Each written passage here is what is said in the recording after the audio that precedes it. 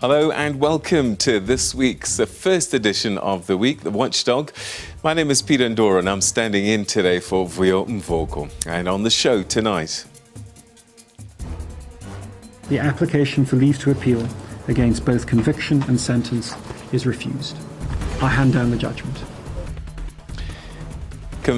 Convicted murderer Ntuthuko Shoba's application for leave to appeal his sentence has been rejected by the High Court in Johannesburg. The rejection comes as South Africa marks 16 days of activism against violence on women and children.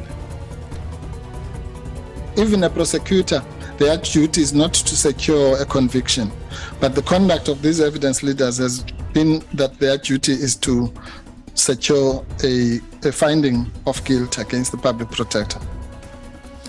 Suspended public protector Vuyo Mvoko wants the two evidence leaders in the Section 194 hearings, Nazreen Bawa and Ncumisa Mayosi, to be removed.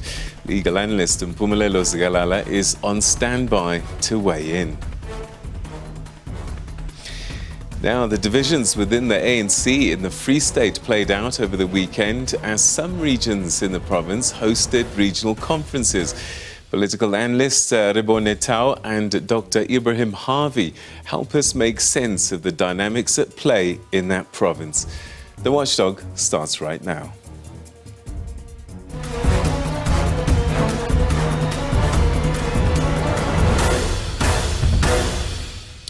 Members of Tsegofatso Pule's family have accused her murderer, Ntuthuko Shoba, of continuing to treat the family with disdain from behind bars. Shoba's application for leave to appeal his murder conviction and life sentence has been rejected by the South Gauteng High Court in Johannesburg. The National Prosecuting Authority agrees with Pule's family, saying that it's argued for a harsher sentence because of Shoba's lack of remorse throughout the trial. Ntuthuko Shoba's counsel believed that another court could reverse his guilty verdict and life imprisonment. This after the High Court found him guilty of orchestrating the 2020 murder of the 8-month pregnant 28-year-old Tsegofatso Pule. An application for leave to appeal was brought by Shoba's lawyers this past Friday, poking holes at the evidence presented during the trial by the hitman-turned-state witness Muzikaise Malepane and the CCTV footage showing Ntuthuko Shoba with Tsegofatso Pule moments before her lifeless body was discovered hanging from a tree. The court rejected Shoba's leave for appeal application. On the material before me, I cannot conclude that Mr. Shoba's prospects of success rise even to the remote. In those circumstances, there is no sufficiently compelling reason to grant leave to appeal. To do so would be no more than an exercise in judicial vanity, and one which would only lengthen the dull, dragging agony that these proceedings have no doubt imposed on Miss Pule's family and friends. Pule's family welcomed the judgment. Unfortunately, he still continues to show our family a middle finger. I mean, he still continues to treat us with disdain. That's all I can say. And I am hoping that the sooner everybody accepts this, the better for everyone, especially for us. After the judgment was passed a few months in July, we actually did say that we were anticipating that he would definitely be, appealing sooner than later. So it didn't catch us as much of a surprise. However, we still had to just hold thumbs and pray harder. The NPA says the harsh life sentence should send a strong message to would-be gender-based violence perpetrators. As the state, we have argued in court that there are no reasonable prospects of success on appeal. We've also raised the issue that Mr. Shoba's contention fell short of raising any rational premise. Tsegofatso Pule's family says they hope to close this chapter for good and heal from their wounds. Offense Estimo, SABC News, Johannesburg. Well, to help us explore the role played by the justice system in the fight against gender-based violence, we're now joined by advocate Brenda Madimuse Punjabo, and who's a director at Wise for Africa, and Siham Samai, who's a director at Women's Legal Centre. To both of you, a very good evening. Welcome. Thanks for joining us. Thank you. All right, let me start with you, Advocate. I just want to get your reaction, actually, to today's decision by the South Gauteng High Court.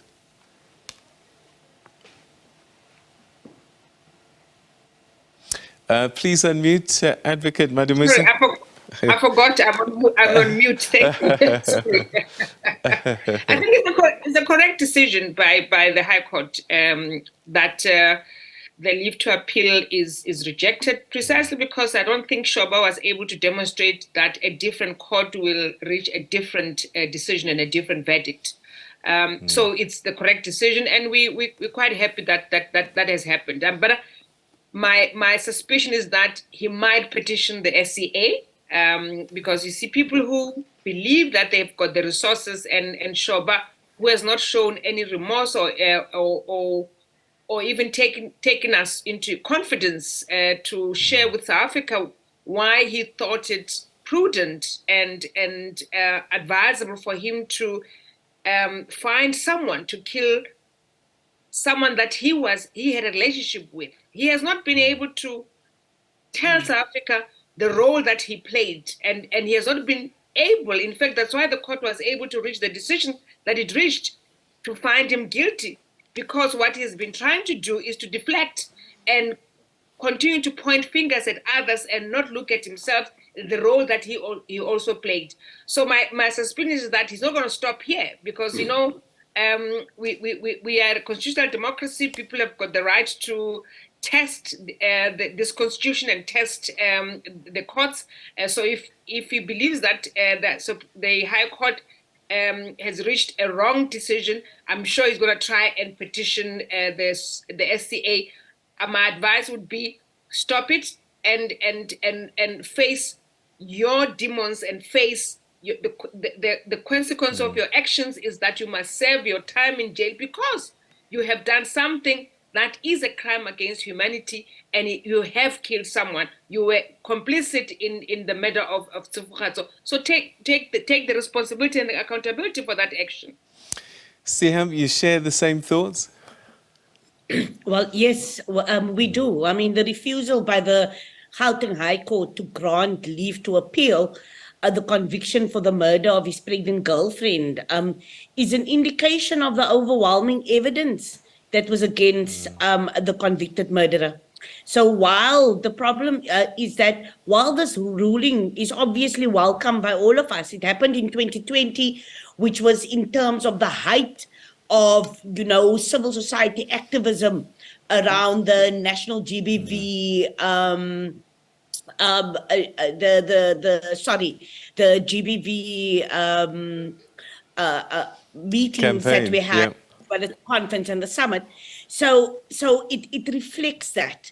But we also have to say that the rates of violence against women in South Africa, but in particularly, you know, femicide, to continue to be unacceptable.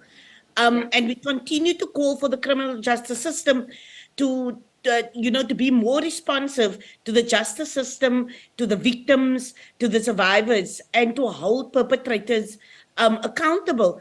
If we look at the statistics, for example, more than that was done by the MRC in relation to femicide, we know that there isn't statistics, we know that there isn't data, but we also know that there is this femicide watch that has come together, you know, which is a UN commitment by the state to be able to get accurate statistics around femicide so that we can develop proper processes, policies, as well as interventions to be able to hold those perpetrators accountable.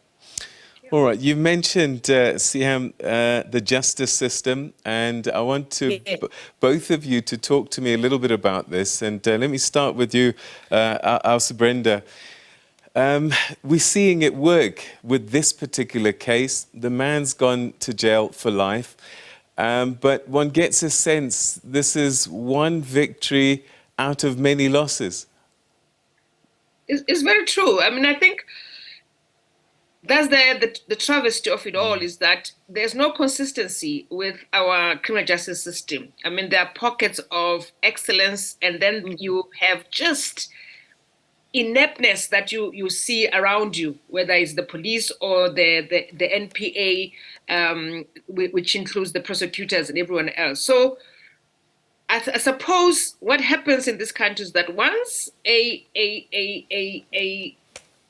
crime of this nature is in the public domain, like Tsofatso's murder was, right, and the gruesomeness of it all, it propelled society, community, and the community at large in her neighborhood to rally behind the family and, in fact, become investigators themselves, because that's what happened here. They went out to make sure that they place this matter on the national agenda so that the state cannot even for 1 minute falter, right?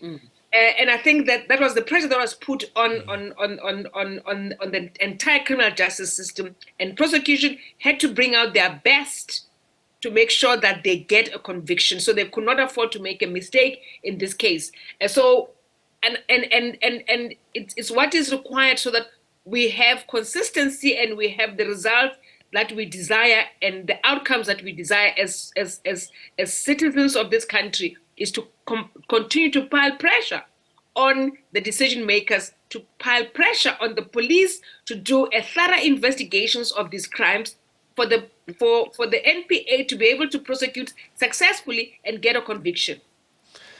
Siham, what do you think is causing this inconsistency? Is it lack of resources? Is it lack of knowledge? What is it? Well, I mean, it's got to do with also the data and also departments not speaking to each other. We all know that SABC's database relating, or crime database, is not yet up and running in relation to femicide.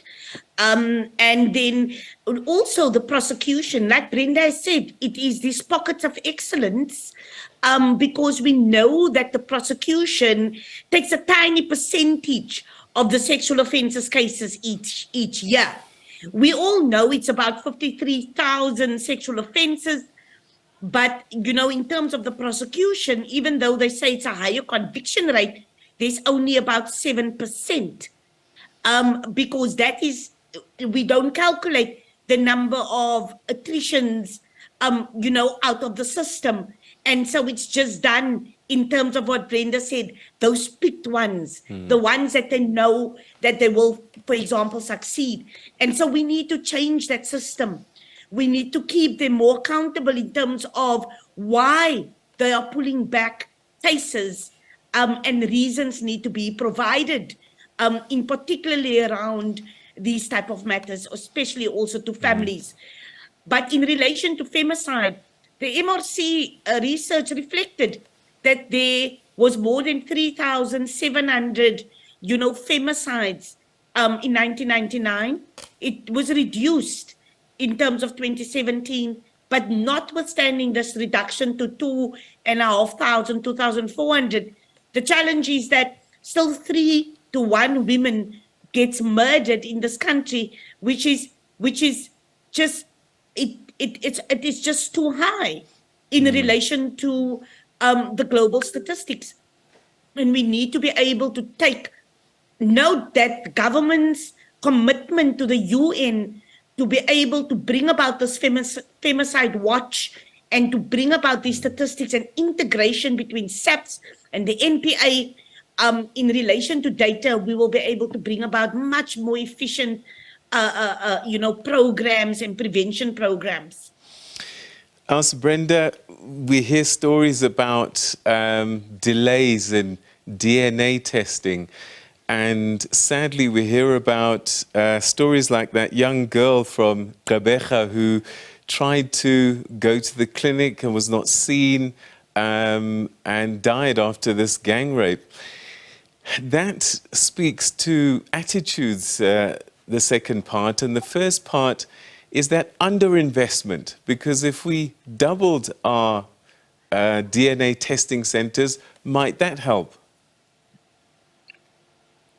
You know, correct, it might help. And I think what we should not ignore is the total failure and rampant impunity of those given the responsibility to discharge their constitutional obligation.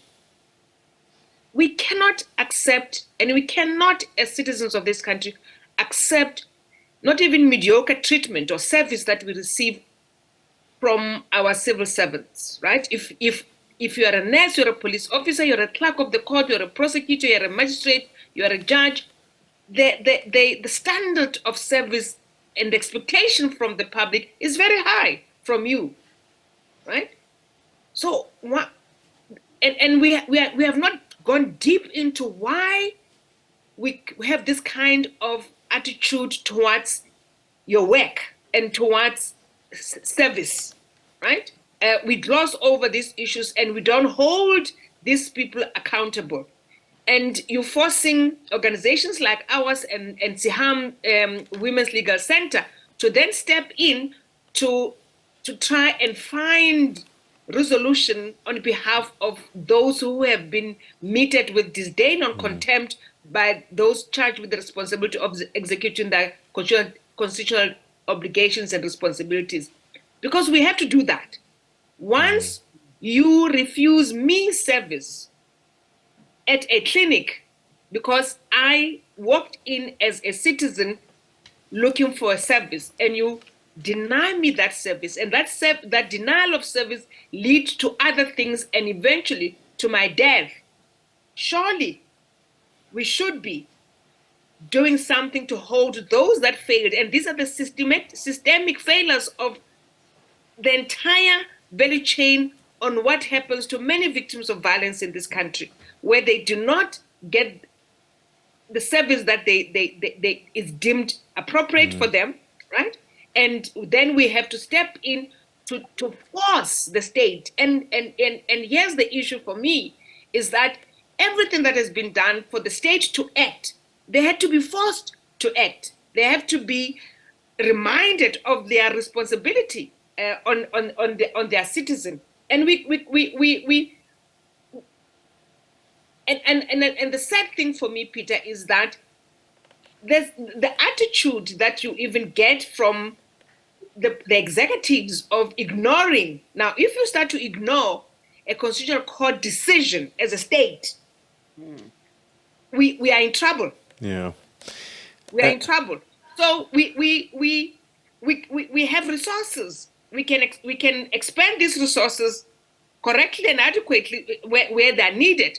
But if we do not deal with how those resources are utilized and how the people who are supposed to utilize those resources respond to citizens, then we're going to continue to have these conversations because we are refusing to hold them accountable and hold them accountable by, in fact, and I've said this many times, that we are getting to a point where we are now going to be looking at how we go after the police officers in their individual capacities, because as a collective, we have done that, right? The police, they get sued, there are damages that are awarded against the police. If this conduct, this behavior continues, we are now being faced with a situation where we now have to go after individuals who fail to execute their responsibilities in the state arena. All right. Sahima, I'm going to give you the last word because we run out of time. But I just wonder if maybe sometimes the arm of the law shouldn't stretch a little bit wider, because often violence against women is a family crime because people in the family know and see and sometimes hold back the victim from reporting. Should they be brought into the net as well? Well, in terms of broader accountability, I mean, there is the domestic violence. There are other acts, that we need to be able to make a person aware that there is ways to be able to protect, women from particular abuse. There is the Femicide Watch, and I think sometimes people don't have a belief, in the police. However, there are helplines that have been set up, obviously, for the past 2 years. A lot of work that has been done by civil society, with government to ensure that there are, some form of proper data or statistics so that we can design the programs. The challenge is that you are correct that it is intimate. It's mostly family members. But we need to be able to see what type of programs, and we can't do that if we don't have updated statistics. But those family members can be pulled into the net to form part of the protection circle, for women who face GBV before femicide. And we need to be able to ensure that there is that first responder type of training at police stations. It needs to be more accessible, visible, in communities, so that those people can access help on behalf of the victims. Ladies, we're going to have to leave it there. It's never enough time, but thank you so much indeed for giving us an opportunity to keep on talking about these issues. Thanks for your time and your thoughts. Thank you. Thank you. Good night. All right, that was Advocate Brenda Madumusa Pajibo, and Director at WISE for Africa, and Siham Samai, Director, Women's Legal Centre, helping us unpack the justice system when it comes to GBV. Now, suspended public protector, Advocate Busisiwe Mkhwebane's legal counsel has applied for the removal of evidence leaders from the parliamentary inquiry into her fitness to hold office. Advocate Mpofu, senior counsel, says that if Advocates Nazrim Bawa and Ngumisa Mayosi remain in place, well, the hearing will just not be fair. A second leg of the inquiry, where Mkhwebane will call her witnesses, but it got off to a delayed start as Mkhwebane wants the evidence leaders to be removed and replaced. Her gripe is that the evidence leaders are not fair. So even a prosecutor, their duty is not to secure a conviction, but the conduct of these evidence leaders has been that their duty is to secure a finding of guilt against the public protector. So they have not even met, even if they were being charged by the standard of prosecutors, they would have failed, let alone even the higher standard of evidence leaders. Mpofu also took issue with the conduct of the evidence leaders who flighted the legal fees of selected advocates last month. He pointed out that this conduct had been criticized by the Johannesburg Society of Advocates as well as the Pan-African Bar Association of South Africa as malicious disclosure and regrettable. Mpofu says they should have been forewarned about the disclosure, adding this was a major transgression in the committee's name. Had they done so, it is reasonable to assume that such inaccuracies would have been avoided. The evidence leaders' conduct sparked confusion and mayhem in the country and in the legal fraternity. A screenshot containing the fees and names of concerned advocates and attorneys predictably went viral on social media to the detriment of the family members of the concerned attorneys and advocates. The persons involved were also exposed to criminality and other forms of harassment and insults. At times, Mpofu locked horns with the chairperson over the restricted time to make his removal application. There's nothing that's going to be done now. Why can't you give us 20 minutes to Thank you. Switch off your mic, Advocate Mpofu. Because we work according to time in everything we do. Time for what? Switch off your mic. I'm on the chair. No, but Chair, I'm on the chair. I Registrar did not is disturb first. you when you are speaking. Please switch off that mic. Don't shout at me. Please switch off that No, mic, Advocate I'm Mpofu. not going to switch it off if you are shouting at me. Please switch off that mic, Advocate No, Mpofu. I'm speaking now, and you can't continue disrupting me. The committee will deliberate on the removal application on Tuesday morning. Having received all of the written submissions, and would allow Advocate Mpofu thereafter. When we come back from that committee, will then indicate what the decision is either way. And I've made that point. And will allow him to make these leading arguments.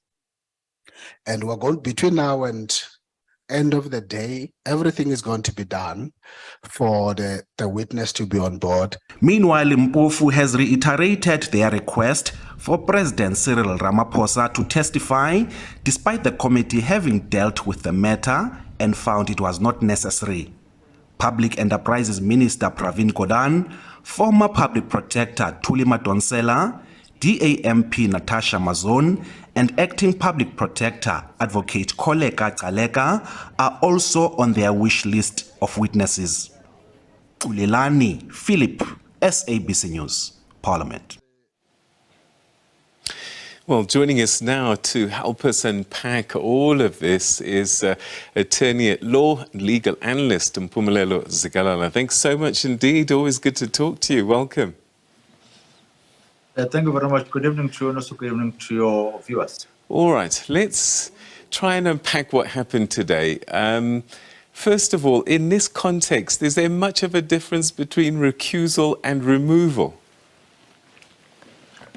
Not such, except that the recusal would be at the instance of the person who needs to be removed. So they would say, I've done an introspection in this particular matter. I can see that I'm going to be conflicted at the end of the day, or I may put in jeopardy the justice factor which is required on the whole conduct or the proceeding that you are doing. So in order to save these proceedings from being found flawed or not in compliance with the principles of fairness, let me remove myself and let the process continue. Now, with the removal, then there is a particular investigation that has taken place. Representatives or submissions have been made, and the decision maker has taken the step for the decision to then say, you must be removed from this particular matter as you are no longer fit to move on or to deliver the evidence that is required. So I think this will be the difference between the two. And it rests mainly that a decision maker at the end of the day is who's the decision maker and how are they supposed to take that particular decision. All right, let's talk about the consequences of a possible removal. Would this stretch this case out even more than it's been stretched out already? Yes, it will, because if there's any type of removal, whether it's removal of recusal, then the next question is, at what point in time did that person start to taint those particular proceedings? And I'm pretty sure that from the side of the public protector, she would say, no, it was actually at the start. The mere fact that you were involved in this particular matter, that basically meant that I wasn't going to be able to get a fair process in the manner in which things have been done. And I want to also remind the committee that not only are you meant to make sure that I'm correct or I'm found guilty on the merits of the matter, also on the procedural aspect of this particular matter, we must also make sure that everything has been above board. So in instances in which there have been procedural things which have not been done according to in the manner in which they're supposed to be in, at the end of the day, it's going to have an impact in the outcome of this particular matter. So it's better for you to start this process from scratch rather than trying to save what cannot be saved. From what you've heard, are there substantial grounds for removal?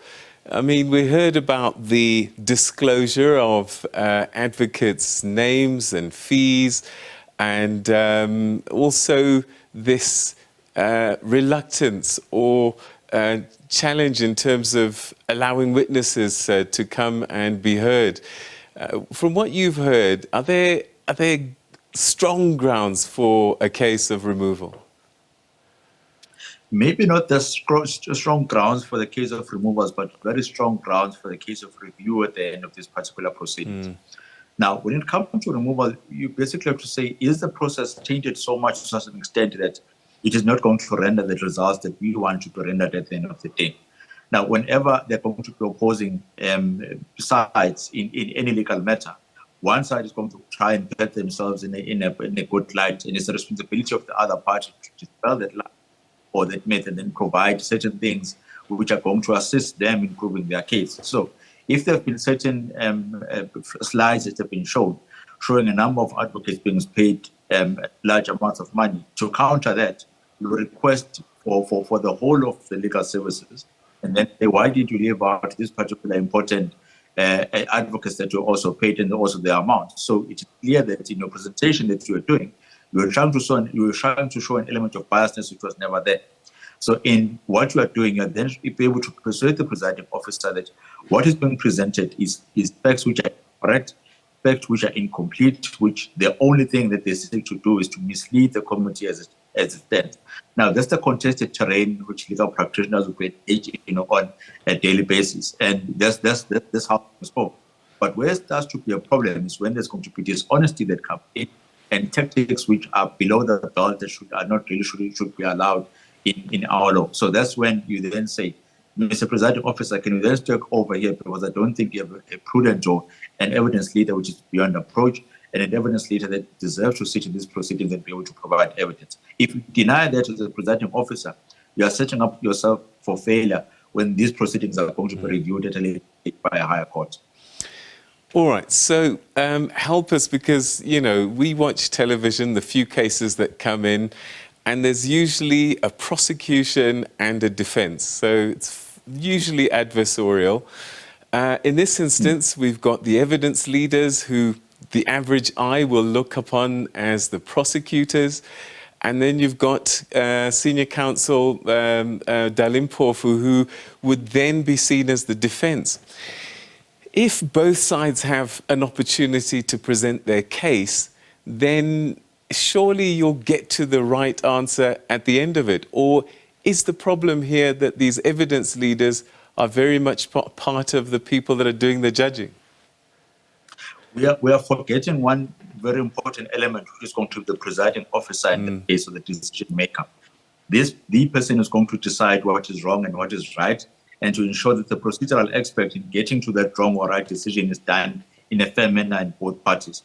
Now, if you have a situation where that particular individual is not one individual but a committee, you do run a risk of having many voices which are going to come in. You do run a risk of not having any uniformity which is going to take place, an accusation of biasness which are going to come in here and here again. And you must take note that the element of biasness does not actually require any actual biasness.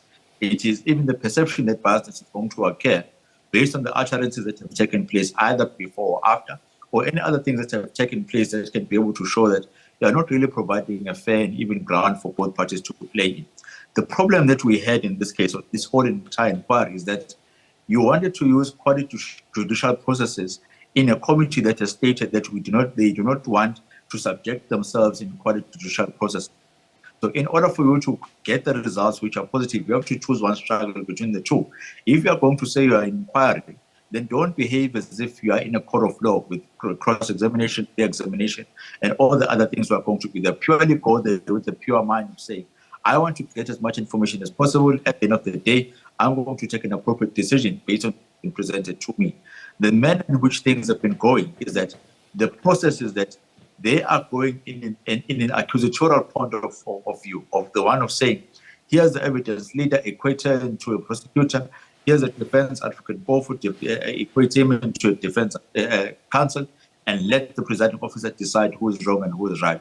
That's why you keep finding these conflicting messages. That's why you keep finding these conflicting outcomes. And at the end of the day, it's going to lead to the flawedness of the results which are going to come out from this particular committee. All right. And what do you say to people who are watching and they're saying, this is starting to look a bit like a case that's happening in the Pietermaritzburg High Court, where something keeps coming up and delays the process? And it's at this point, I guess, if you kick the can down the road long enough, she'll get to a point where she can't be impeached anymore because the term of office will be done. Well, one may argue that it's not really the kicking of the can down the road. It's the case of saying, I want to protect my rights and be able to use all the avenues which are available in law as any other person would be able to do so.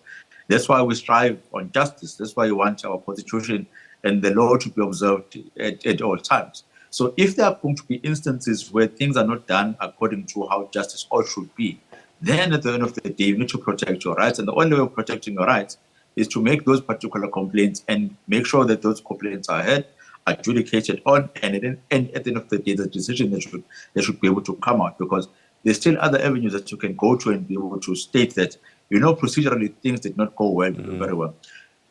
I do understand this is the first time in which we are holding this inquiry as South Africa. There are going to be lots of learning curves, but I think the system was flawed at the start. We should have been able to say, this is the manner in which things are going to be, in order to make sure that we stick to what we know. Let's take it and equate it to a labor matter, for example. This is the type of questions which are going to be related to. This is not a quasi-judicial process. That is not really a quasi-judicial process that is done in practical terms. However, on paper, we are stating something else. We should have chosen and stated, this is how things are going to be, because we want this particular process to be as just as possible. If we choose to equate it to a court of law, let's do that, because once you've done that, those are proven principles that have worked over a number of years. You can be able to dispute and be able to solve a number of disputes if people are able to consider this is how things are done criminally. The only difference that's going to be is that you don't have to prove beyond reasonable doubt that this particular person did those particular things. It's only going to be an issue of a balance of probabilities. So if you're able to adopt all those things and relax the rules, and I said it in a loosely translated term, then you can be able to find the truth. Or simply say, let's grab this accusatorial or adversarial type of process that you are going to do. All I want to hear is to hear the truth. Allow people to make submissions. No cross-examination is going to take place unless there's been serious accusations against individuals. On that basis, the committee is going to sit down and decide what is just and appropriate in these matters. Okay. As Phumelelo Zikalala, always great talking to you. Thanks so much indeed. Your insights greatly appreciated. Thanks for your time. Thank you very much. All right, that's attorney at law Mpumelelo Zikalala, one of our contributing legal experts, talking to us about the application that's been put forward by Advocate Busisiwe Mkhwebane to have two of the evidence leaders withdrawn from her inquiry. Time now to take a quick break, and when we come back, the Watchdog continues and we look at the state of the ANC, particularly through the lens of the Free State.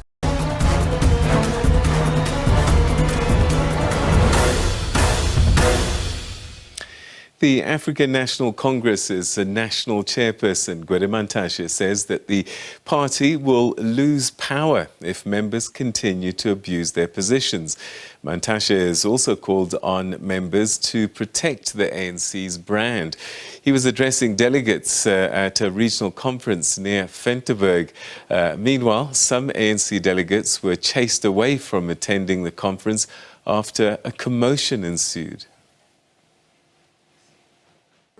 Calling for unity and renewal, ANC's national chairperson Gwede Mantashe says members have to reconnect with communities and not be self-serving. He warned that politics of the stomach will cripple the organization. Divisions is a behavior of human beings.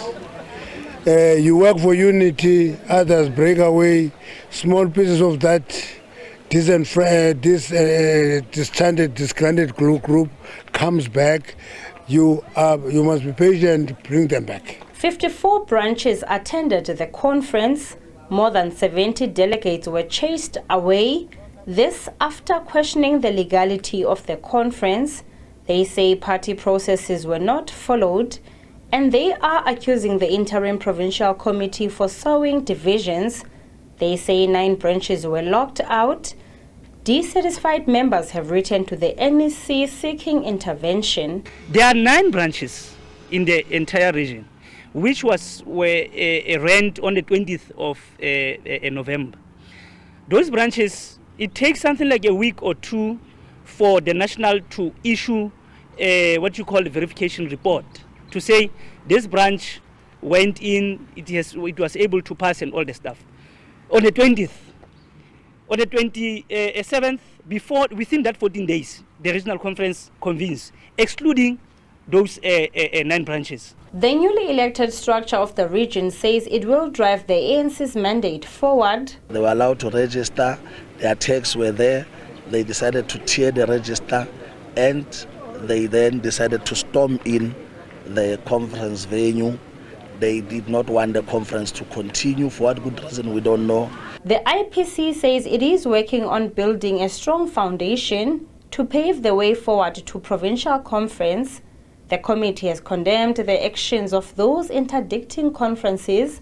It says the priority has to be striving for the attainment of economic freedom. They've been there with us, and some people have this tendency not to get out of such tendencies and commit themselves in rebuilding the brand ANC, but instead they find joy in destroying it for personal interest and clothing them as defending the constitution of the ANC, when in actual fact they are defending their own interest, and this is what is happening. The IPC says they are waiting for a verification report from the NEC. The committee also says it is ready to hold the provincial conference this weekend. Aphumelele Mdlalane, SABC News, Ventersburg. Well, joining us now to unpack the state of the ANC, particularly in the Free State, we're now joined in studio by political analyst Rebone Tau and also via Zoom by Dr. Ibrahim Harvey. Thanks very much indeed for joining us. Welcome. Thank you for having me, Peter. Great. Good And evening, welcome. Thank you. Welcome to you. Let me start with you then, Dr. Harvey. We look at the Free State, and when we've looked at the conferences that have unfolded across the country, perhaps not a surprise, there are definitely divisions in the party. What thoughts were you left with before, during and after? Yeah, thanks. I'll tell you, while the preceding regional conferences in the year were not easy, a lot of court battles, a lot of violence, etc. This is the worst.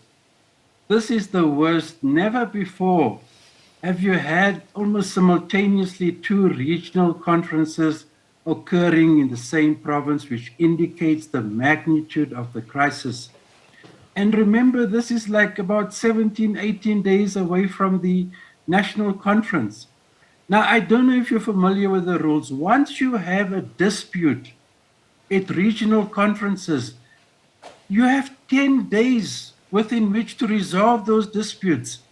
The other faction who went ahead to have in Bloemfontein a regional conference and went to court and failed, they are alleging that their communication with Paul Mashatile, in particular under NEC leaders, brought them no joy. They ignored the pleas. Now, if you listen very carefully, remember this is a branch-centered national conference. If there is truth to the allegations that they have about the fraud that has occurred in these branch meetings, it's very serious, and when that is going to be investigated, and especially now, there's very little time left. And don't forget also, which I think people ignore, things could turn out for the ANC to be much worse going into the electoral conference in December. At the end of this week, people forget it. The independent panel in Parliament comes with its decision whether Ramaphosa has a prima facie case to answer. We are sitting on top of a political volcano, and I'm afraid even the political analysts don't see this. At the end of this week, we're going to have that verdict. So it's very unfortunate, but I must tell you the worst regional crisis in the ANC certainly this year, and in fact since 1994. What is happening in the Free State has never happened before. And remember, service delivery is going to suffer now much more. If you look at the Auditor General's report, it was a terrible situation in the municipality. And remember, this is the home of the ANC. It's really terrible and unfortunate what's happened there, and it's bound to affect the feeling and the tempo and what happens at the national conference. There's no way that you're going to think that this thing is going to end here, however it ends, and it doesn't impact negatively on a conference that is being held in less than 3 weeks' time. Think about that. All right. Rebone, what's gone wrong in the Free State? We had a strong man that was there, chairperson for 2 decades. When he left that position, was that, in your view, the beginning of some of the things that we're seeing now? I think, Peter, we need to understand the historical context of the Free State. With the Free State, there's always been problems. And I can take you back where at some point, Isma Khashule, the likes of the leader of the COPE, That's really good. were taken to Parliament, and organizers were brought in to help the Free State. Because that transition post-apartheid, the north on the south of the Free State, has really had a huge impact over the years in that province. And I think the ANC has not dealt with the historical context of the challenges of the Free State. And let's go back to 2012, on the eve of conference, the PEC was disbanded. 2017, on the eve of conference, the PEC was disbanded. And all these disbandments are through the courts. That means the ANC internally is not able to deal with the disputes, in a manner that does not allow the courts to rule against those conferences. Because the disbandment of the PEC of Free State is not like Northwest, where the ANC took a decision. But this one was because of a court judgment that the conference that they held in 2018 was unlawful. So I think the ANC weight is going through a lot. And Mangaung in particular, we know the issues around the issue of the mayor, the speaker. This was expected. I don't know if the ANC was correct to actually, on the eve of the national conference, to allow these conferences to sit. Because at some point there were issues of that they've missed the deadline of conferences, they might sit next year. That's why you look at the leagues. The leagues are not going, like, for example, the Youth League, which has had an interim task team for a very long time, are not going to go to the conference because they were told that they've missed the deadline. So the challenges in Mangaung, also, when I spoke to some in that province, there's a power struggle within that IPC, because the other conference, it's alleged that IPC members were there. So that means they blessed that conference. So the question that, will the national leadership at this present moment, whether suspend those that went and presided over that other conference, or will they just let them to continue as IPC member? Because obviously the IPC has met, they resolved on who are the deployees to whether the correct conference or the other one not being correct, So those are some of the challenges. And there's also that power struggle between Paseka, the coordinator, and the convener, from when I speak to some within the ANC in the Free State. Ibrahim, you said that this is the worst scenario that you've seen possibly since '94. Who's responsible for this, do you think? We hear people saying the centre is not holding, the national office has lost control. Who is responsible for the chaos we're seeing in the Free State? No, there's a multiplicity of factors, that come into play to answer your question. But I'll tell you, I gave this a lot of thinking. I think that, if you look at Magashule, since he moved out of that premier position to General Secretary of the ANC, it was always problematic there in that region. But I seem to trace a further decline when he moved out, and then especially with these charges that he faced, I think it had a very adverse effect on the ANC in that province. And certainly, you see, interim structures, they're not supposed to last so long. This is the problem from one region to the next and province. An interim structure must have a specific 3 to 6 months, ideally, I think. Once it lasts longer, it tells you how stubborn the problems are and that progress is not being made.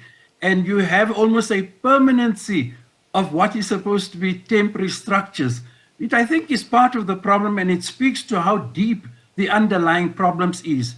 That an interim structure, which I said, ideally, really, I would argue for that 3 to 6 months, you should be able to address the underlying problems, that compelled you to install an interim structure. in order that the work continues somehow.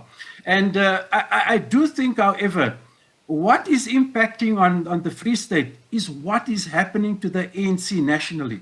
The ANC is in the worst crisis, I don't know what's going on. Honestly, I've said it on TV the past few days.